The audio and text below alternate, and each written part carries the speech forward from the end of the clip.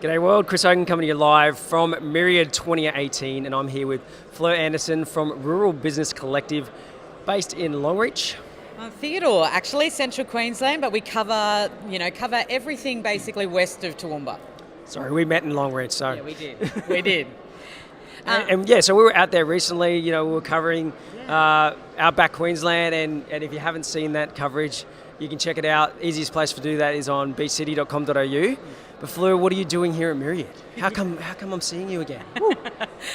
Myriad is a fun event, and I think it's really important to get outside of my normal operating day-to-day and come here and just re-energise some thinking and connect with some new people. The work that I do is encouraging entrepreneurship and building that culture in rural and remote Australia. So it's really important that in rural and remote, we do operate in a different operating context to the city and to Brisbane, but I think it's really important to come in here and have a look and take the best bits and take it home. So I'm here to do a lot of listening and learning. What do you feel like the biggest challenge, a big challenge to overcome in the outback is? Is it basically the disconnectedness, if that's even a word, or the distance between each other, or community? Look, the tyranny of distance is something that we're always battling with in heaps of different sectors, and it's definitely just being able to literally rub shoulders with people and connect with like-minded individuals has always been a bit of a hurdle. I think that's changing, and we're finding ways around that now with lots of virtual groups and things like that. I think also in the outback we do have a different way of we live a different life, really. We face different challenges. Everything out there is much more tactile, much more practical, and you would have seen that in Longreach with the business solutions and the ideas coming out of there. They're really tactical, practical problems that people are solving out there. There's a lot of... like food and resources and... and literally fixing problems that people are bumping up against every day. And I think too, in the bush, we do have a culture of innovation. It's just spoken about differently, and it's treated differently to what it is in the city. It's called farming. Exactly right. Exactly. I mean, we've been innovating for generations. I said that innovation. Farmers I believe, are the real innovators. It started with a piece of wire, and they fixed everything with a piece of wire, and now it's less horses, more motorbikes, more drones, more helicopters, more aeroplanes. Exactly. Absolutely. Look, I come from the cotton industry as my, sort of my primary background, and we in Australia, Australian farmers, were the fastest adopters of John Deere's latest technology in the world. We were the fastest adopters. We had a 90% uptake within 2 years, and you just don't see that anywhere else in the world. So we're big innovators in rural Australia. We just think about things a little bit differently, and also we're looking at, right, well, what does this new innovation boom, like what's coming up through the pipelines now that we're talking about at places like Myriad, what can we tap into out there, and how can we make that, put it through the rural sieve and see what works out where we are? We stayed with James Walker on Camden Park Station, and he won, was it Farmer of the Year for Diversity? Yes.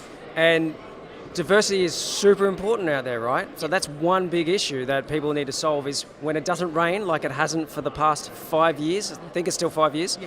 It's probably getting longer in the tooth than that. You have to diversify your income. Yeah, you do. And I think that's something rurally, our biggest challenge. We talked about distance and that before, but really it's the weather. And it's things that are out of our control. And that's where the beautiful innovation stuff comes from, because we're trying to operate in a system where there's parts of it we can't change and control. So what parts can we change and control to manage that risk? And, for farmers everywhere, the weather is something we're constantly butting up against. So to have that diversity is a real risk management strategy. It's a real ability to be able to pull in different streams when you need them, and be able to just give that solid base for your business. Yeah. Fantastic. And I found that another really important issue to cover out there was mental health. The mental health of the farmers, when they are absolutely struggling with the likes of, crops failing or livestock, dying in the fields due to lack of food or water, they could lose their farm, they could lose their livelihood, and it's a really important discussion that needs to be had there.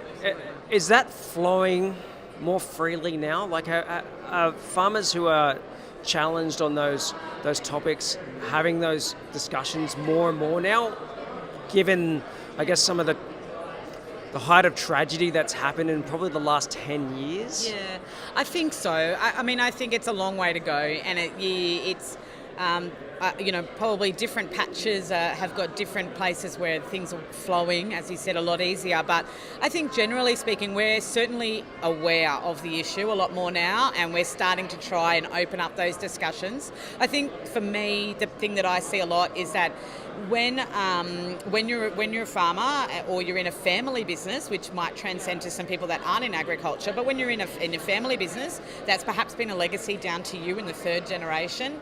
You're raising your family there. You're all involved in the business.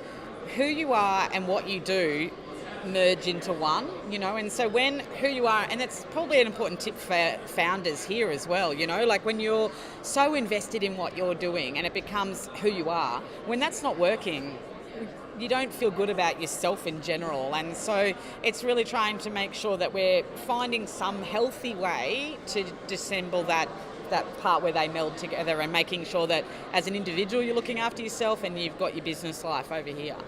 Fantastic. Well, there's some great messages out of that. But how was the Outback West Fest? Oh, I didn't get there. Oh, I know. It looked so much fun. They're doing great things out in the West. I mean, even though I'm out, I'm still another, 7 hours from there. Look, she missed it. It's just down the road, but I was just down the road, and we're 7 hours away. Exactly. And that halfway between here and there, but it's there's lots of good stuff happening out in the bush. Oh. And this regional, the regional alley showcase down here, I've been bumping up and down there this morning, talking to some of each region and part of this regional innovation program. Each region has their 10 best businesses they've brought in, and getting around there and seeing what these 10 have offered, the diversity and the ideas, and some. Is the Age of Dinosaurs down there at all? Like, is there anything about that, or the A.B. Patterson? No. Oh, damn. Well, here we go. We're bringing it. So you got to get to Winton. Age of Dinosaurs, fantastic. Well, they've got their Outback Film Festival coming up in June, so that's another opportunity to get to Winton and check it all out. Such an amazing creative place to produce content, whether it's video, obviously A.B. Patterson, songs, poetry, and the new A.B. Patterson Waltzing Matilda Centre. Yep. Thank you. Yep. Centre is open in Winton. That's where they had the Outback West Fest, and apparently it was a sellout. Yeah. And I think there was over 30 country rock stars. Yeah, there was. Yeah, phenomenal. They pulled together an amazing event. It's becoming, the Outback's Hollywood. So if you haven't been to the Outback, make sure you get there. Support the farmers, support the businesses. They need you. We all need you, but they really do need you. So. Yeah, absolutely. There's lots out there for, it's a give and get too. You'll get a lot of yourself out of going out there. Yeah. And hi to all our Bridge City friends out there. Loved visiting you. Can't wait to come out again.